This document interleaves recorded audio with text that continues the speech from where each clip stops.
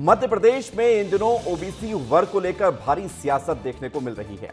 जब से मध्य प्रदेश में ओबीसी वर्ग को 27% आरक्षण देने के लिए सुप्रीम कोर्ट ने सख्ती दिखाई है, तब से इस मुद्दे की चर्चा मध्य प्रदेश की राजनीति में जोरों पर है।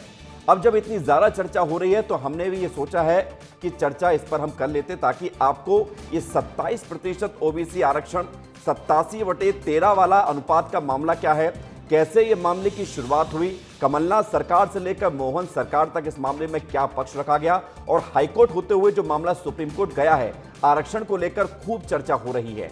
एक तरफ देश में जातिगत जनगणना को लेकर चर्चा है, तो मध्य प्रदेश में ओबीसी को 27% आरक्षण देने की चर्चा है। सबसे बड़ी बात यह है कि कई सालों से मध्य प्रदेश में ओबीसी को 27% आरक्षण देने का मुद्दा गरमाया हुआ है, और इसी के लिए 4 जुलाई को सुप्रीम कोर्ट में सुनवाई होने जा रही है।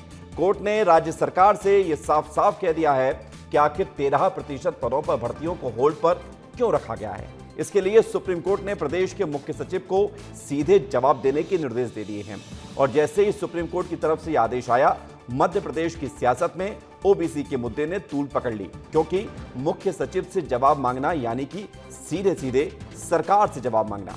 इस मुद्दे पर विस्तार से बात करेंगे, लेकिन इससे पहले आपको अब दिखाते हैं कि इस मामले में अब तक आखिर हुआ क्या क्या है। दरअसल मार्च 2019 ये वो वक्त था जब कमलनाथ सरकार ने इस मामले को लेकर ये बड़ा फैसला लिया और ओबीसी आरक्षण को 14% से सीधा बढ़ाकर 27% कर दिया, यानी कि 13% का इसमें बढ़ोतरी कर दी गई। लेकिन हाईकोर्ट ने इस फैसले पर रोक लगा दी और कहा कि आरक्षण 50% से ज्यादा हो ही नहीं सकता। फिर सितंबर 2021 में सरकार नई गाइडलाइंस लेकर आई और 27% आरक्षण देने की अनुमति दे दी। उसके बाद अगस्त 2023 में हाईकोर्ट ने 87/13 का एक फॉर्मूला लागू कर दिया। इसका मतलब यह था कि 87% पदों पर भर्ती हो जाएगी, यानी कि अगर 100 लोगों को चुनना है तो 87 लोगों को तो चुन लिया जाएगा, लेकिन जो बाकी बचे हुए 13 पद हैं उनको होल्ड पर रखने के लिए कहा गया। हाईकोर्ट के इस फैसले के बाद फॉर्मूले को चुनौती देने वाली कई सारी याचिकाएं लगनी शुरू हुई, जिन्हें 28 जनवरी 2025 को हाईकोर्ट ने खारिज कर दिया, ये कहते हुए कि जो पहले आदेश दिया था वो सही था। 27% ओबीसी आरक्षण का रास्ता साफ हो गया। 13 फरवरी 2025 को प्रदेश की मोहन सरकार ने सुप्रीम कोर्ट जाने का फैसला लिया। कब लिया फैसला? 13 फरवरी को, यानी कि 2025 में 13 फरवरी को। 21 अप्रैल को सुप्रीम कोर्ट में सुनवाई होती है पूरे मामले को लेकर, और सुप्रीम कोर्ट ने सभी ट्रांसफर पिटीशन को स्वीकार कर लिया, यानी कि केस हाई कोर्ट से लेकर अब सुप्रीम कोर्ट तक पहुंच गया था। 4 जुलाई को इस मामले में सुनवाई हुई, जिसमें सुप्रीम कोर्ट ने सरकार को नोटिस दिया। होल्ड पदों पर नियुक्ति को लेकर जवाब मांगा गया और अंतरिम आदेश से इनकार कर दिया, यानी कि कोर्ट ने साफ कर दिया कि जब तक सभी पक्षों की बात सुनी नहीं जाती तब तक किसी भी तरह की राहत या दबाव बनाने वाले आदेश जारी किए ही नहीं जाएंगे। तो इस पूरे मामले को हम आपको बता रहे हैं कैसे सिलसिलेवार ढंग से ये मामला यहां तक पहुंचा है।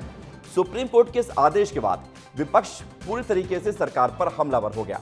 एक के बाद एक नेताओं के बयान आने शुरू हो गए और विपक्ष के बयानों को लेकर मध्य प्रदेश के मुख्यमंत्री डॉक्टर मोहन यादव खुद इस पर बहस करने में उतर आए और जमकर कांग्रेस पर निशाना साधा। क्या कहा है आपको हम सुना देते हैं। हमारी सरकार प्रतिबद्ध है 27% आरक्षण देने के लिए, और इसीलिए जैसे कांग्रेस के समय से केवल बगैर सर्वे बगैर तैयारी के 4 लाइन का कागज लेकर के आरक्षण देने की बात करके भ्रम जो फैलाया गया था, उस भ्रम को आधार पर वर्षों तक कोर्ट में लगा है। इसलिए हमने इसके बजाय अपने अधिकारियों से कहा है और वो एक कानून बना करके सहकारिता के जो तथ्यात्मक आंकड़े लेकर के हमारी विधानसभा में बिल लेकर आए, हम उस पर ठोस काम कर रहे हैं। सरकार वकीलों के माध्यम से अपनी ताकत का दुरुपयोग करके ओबीसी का आरक्षण कैसे लागू नहीं हो, इसके लिए पूरी ताकत से लगी।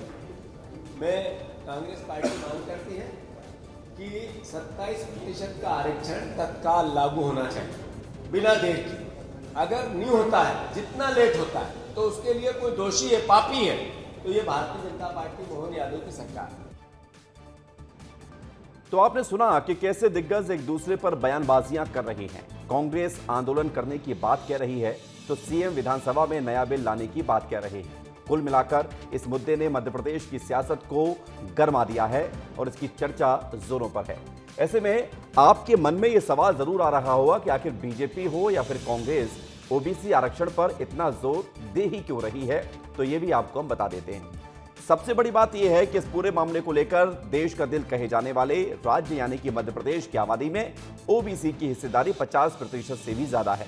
आमतौर पर पूरे देश भर में भी यही आंकड़ा सामने आता है, लेकिन मध्य प्रदेश में इस बात को लेकर पुरजोर दावा दिया जाता है कि 50% से ज्यादा आबादी ओबीसी की है। 50% से ज्यादा आबादी होने के कारण सत्ता की चाबी भी ओबीसी वर्ग के वोट बैंक को माना जाता है। यही वजह है कि राज्य को अब तक 4 मुख्यमंत्री इसी वर्ग से ही मिले हैं। उनके नाम भी जान लीजिए। वर्तमान में जो मुख्यमंत्री हैं डॉक्टर मोहन यादव, जो सीएम है ये भी ओबीसी है। पूर्व सीएम शिवराज सिंह चौहान ये भी ओबीसी थे। उमा भारती हो या फिर स्वर्गीय बाबूलाल गौर, ये सभी ओबीसी ही थे। ओबीसी वर्ग से ही रहते हुए मध्य प्रदेश के मुख्यमंत्री बने। इसलिए चाहे बीजेपी हो या फिर कांग्रेस, चुनावी साल के अलावा भी ओबीसी वर्ग को लुभाने में जुटे रहते हैं, क्योंकि इसका इंपैक्ट असर चुनावों में खासतौर से देखने को मिलता है। ओबीसी आरक्षण को लेकर आपको सब बता दिया है। इस मुद्दे ने तूल कहां से पकड़ा, केस में क्या क्या हुआ और इस पर आखिर सियासत क्यों हो रही है, ये सब आपको बता दिया है। लेकिन बड़ी बात यह है कि इस मामले को जल्द से जल्द सुलझाया जाए, क्योंकि सवाल छात्रों के भविष्य का है। भर्ती परीक्षाओं में लागू 87:13 फॉर्मूला उनके सपनों के रास्ते में एक दीवार बन रहा है, बाधा बन रहा है।